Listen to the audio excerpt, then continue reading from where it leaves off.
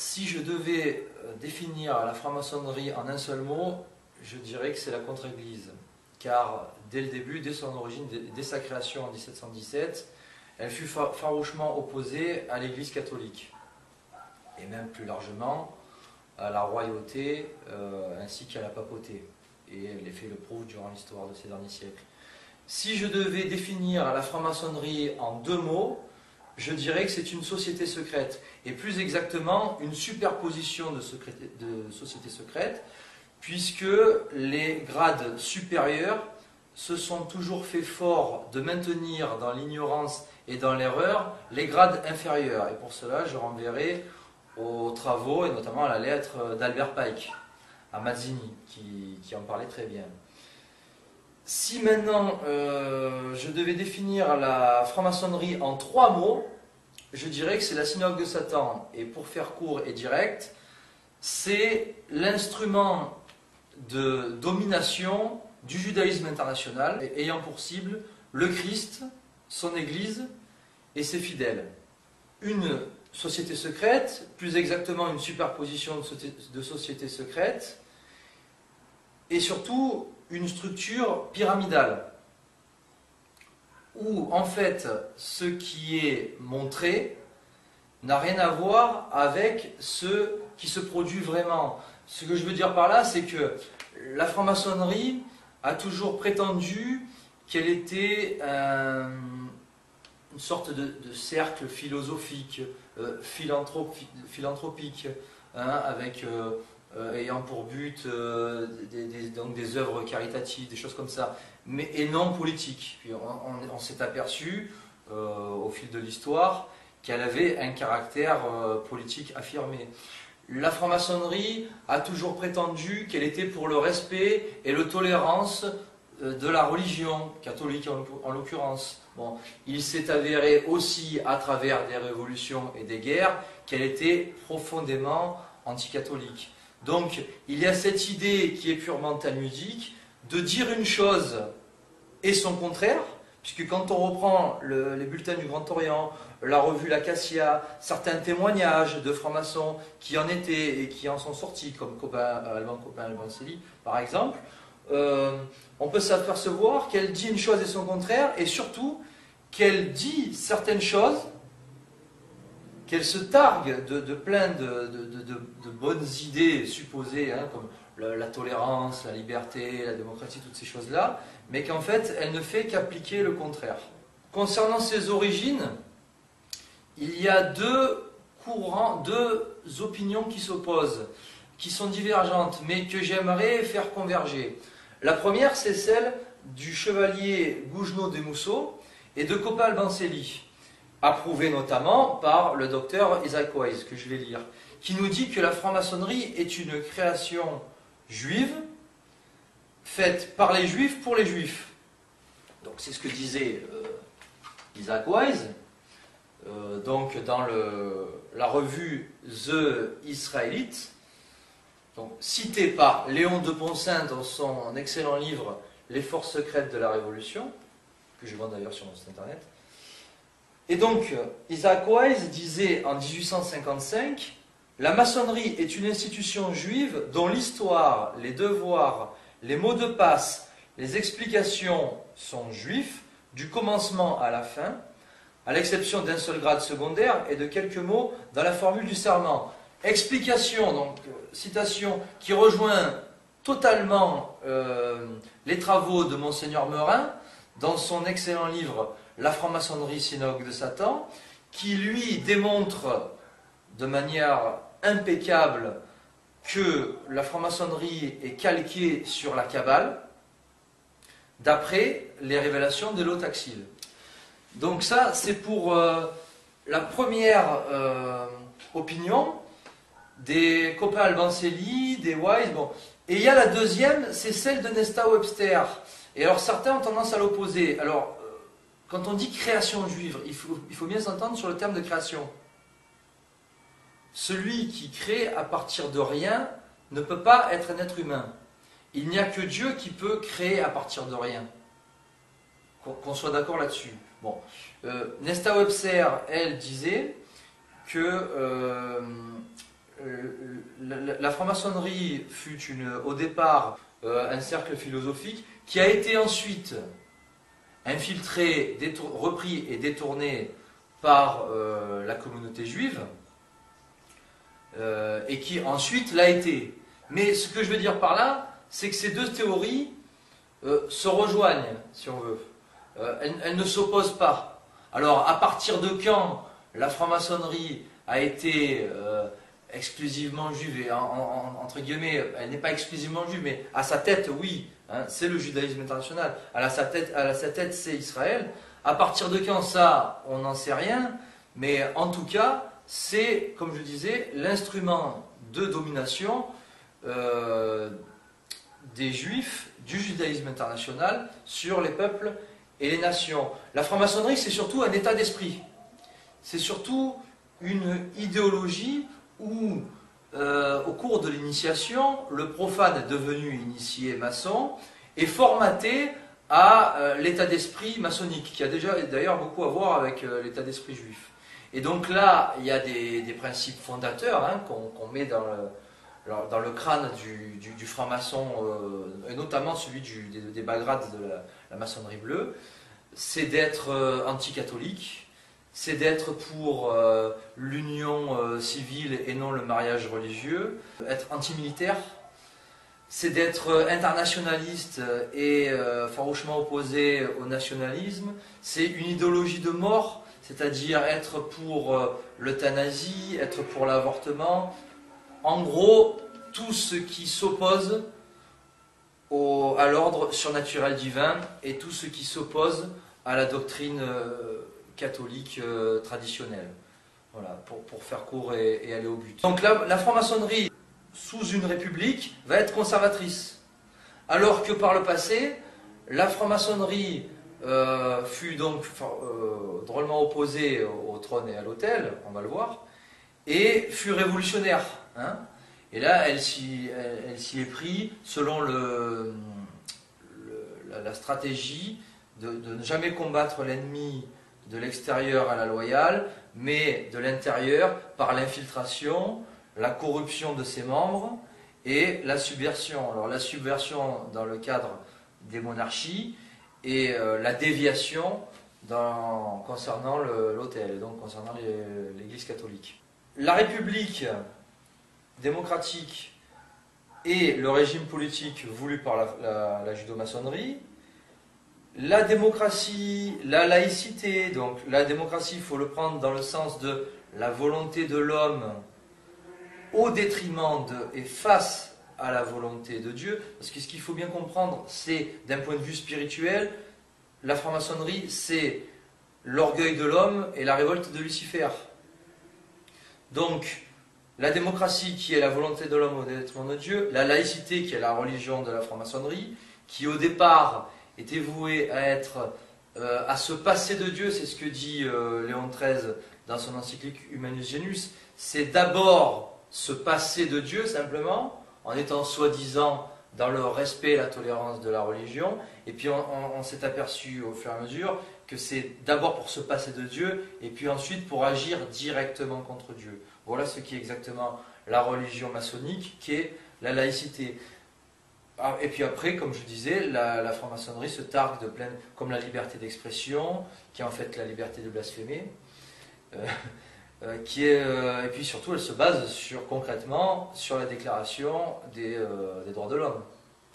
En 1789, droits de l'homme qui sont la négation du droit divin, et qui sont concrètement, depuis 1789, le Christ mis hors la loi. L'œuvre majeure de la franc-maçonnerie fut 1789. Alors, quand on reprend l'histoire de ces derniers siècles, on s'aperçoit, et notamment à travers ces documents, mais aussi sinon à travers les faits qui ont parcouru le mouvement révolutionnaire mondial, que la franc-maçonnerie n'a cessé de conspirer contre le trône et l'autel, qu'il y eut des loges qui avaient des vocations spécifiques pour conspirer contre la monarchie comme contre l'Église catholique, en l'occurrence la haute vente de Nubus, mais aussi le carbonarisme.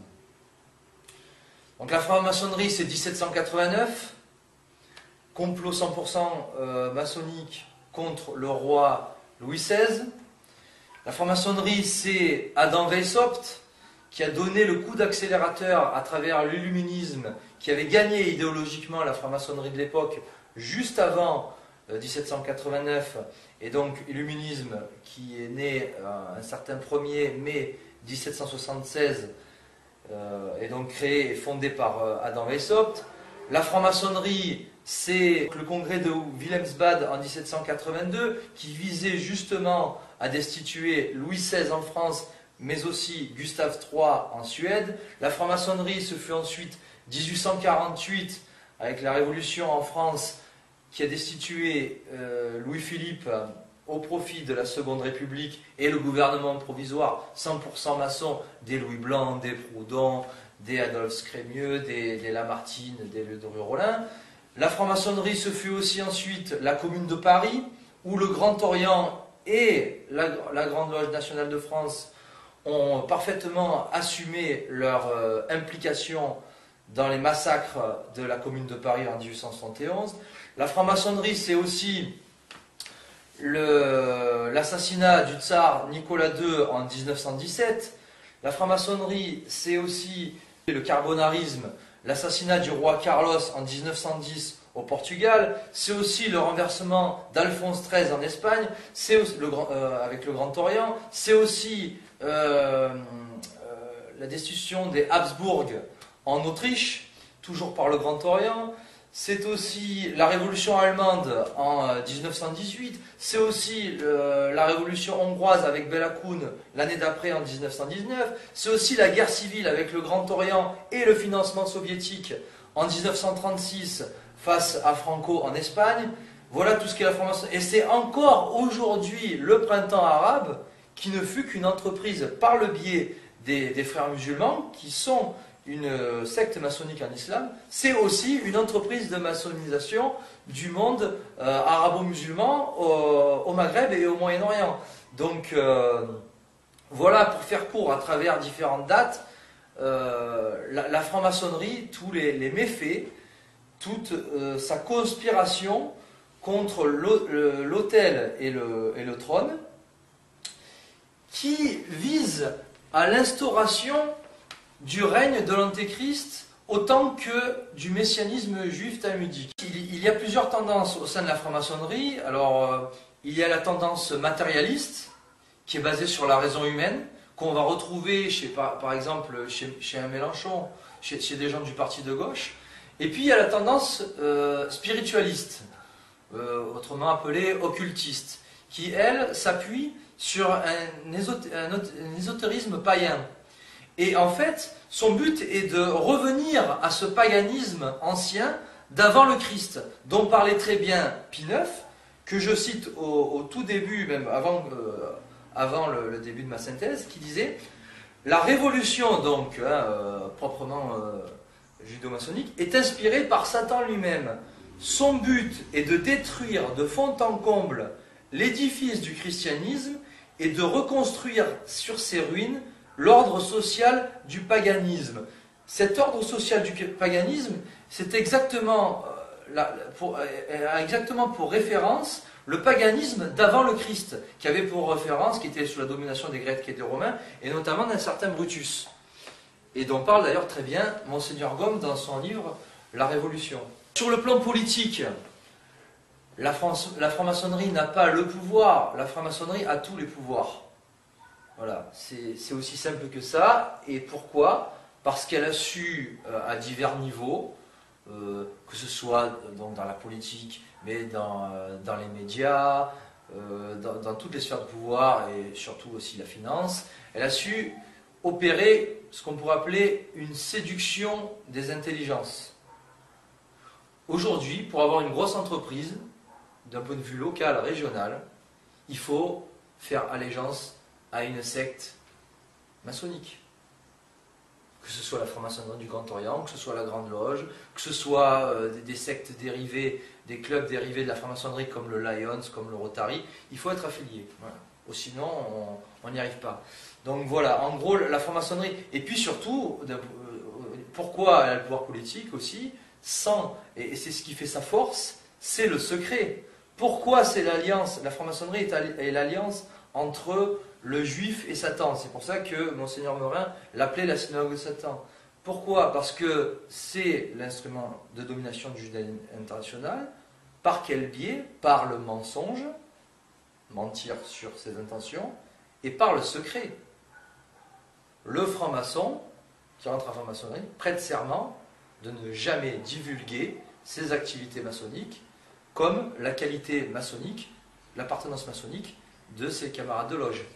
Donc, la question à se poser, c'est comment combattre un ennemi, comment combattre un pouvoir qui est occulte, et qui donc, par définition, est caché. Comment le combattre quand personne ne le connaît? Comment le combattre quand on ne sait pas qui c'est? Il faut faire de drôles de recherches aujourd'hui pour savoir, maintenant avec Internet, on arrive à savoir que tel et tel ministre, tel et tel membre au sein de la haute finance sont des francs-maçons au degré. Ou sinon, on ne le sait pas. Donc, en cela, la franc-maçonnerie est un gouvernement invisible au sein du gouvernement, comme elle est un État dans l'État, et en cela, ça rejoint tout à fait la communauté juive organisée, qui elle-même est un gouvernement invisible au sein du gouvernement, et elle-même est un État dans l'État. Il y a des différences, il y a des divergences, il y a des rivalités au sein de la franc-maçonnerie, que ce soit entre matérialistes et occultistes, que ce soit entre le Grand Orient et la Grande Loge, et puis il y a aussi des spécificités, comme le Bnai Brit, qui est une franc-maçonnerie exclusivement juive. Mais on peut s'apercevoir d'une chose, c'est que ce qui met d'accord tout le monde, au-delà de ces divergences et de ces rivalités, c'est l'anticatholicisme. Pour conclure, j'aimerais citer Ragon qui disait « Tout profane qui rentre en maçonnerie cesse de s'appartenir ». Donc ce qu'il faut bien comprendre, c'est qu'un homme politique qui est du PS, du MoDem ou de l'UMP ou même du Front National et qui est franc-maçon, il est franc-maçon avant d'être de l'UMP ou du PS. Donc quand on voit que dans la composition du gouvernement Sarkozy ou du gouvernement Hollande, il y a une majorité de francs-maçons, le gouvernement n'est pas socialiste, le gouvernement n'est pas de droite ou il n'est pas de gauche, le gouvernement est judo-maçonnique. Voilà, c'est ce qu'il y a à comprendre. Donc à travers cette citation de Ragon, une citation aussi très importante, c'est celle d'Adam Weishaupt, d'un point de vue idéologique, vraiment dans le combat d'idées, c'est dans l'intimité des sociétés secrètes que l'on doit savoir préparer l'opinion. L'idéologie maçonnique est purement et simplement l'idéologie dominante. Et tant qu'on n'aura pas combattu ces faux principes, tant qu'on n'aura pas compris que c'est le gouvernement, c'est ce qui nous gouverne, en gros, c'est ce qui nous dirige, on ne fera pas avancer le schmilblick. Et puis pour conclure, j'aimerais citer donc deux passages du grand spécialiste à mes yeux en France depuis longtemps et qui a été ensuite donc relayé aujourd'hui par son fils, c'est Jacques Plancard-Dassac qui disait cette chose très juste, c'est cette secte, la secte maçonnique est satanique parce qu'elle contient en elle donc les doctrines du péché de Lucifer.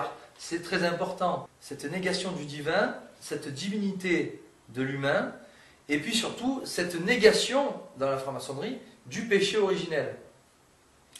Et encore Jacques Plancard-Dassac, la franc-maçonnerie n'a jamais rien construit, mais elle a détruit beaucoup. Et on retrouve ces citations dans Le secret des francs-maçons. Secte maçonnique et la synagogue de Satan, elle est la contre-église, et elle est surtout, c'est ça le plus dur, le plus important à comprendre, elle est surtout à l'origine de toute la dégradation de nos mœurs et la dépravation de nos cœurs.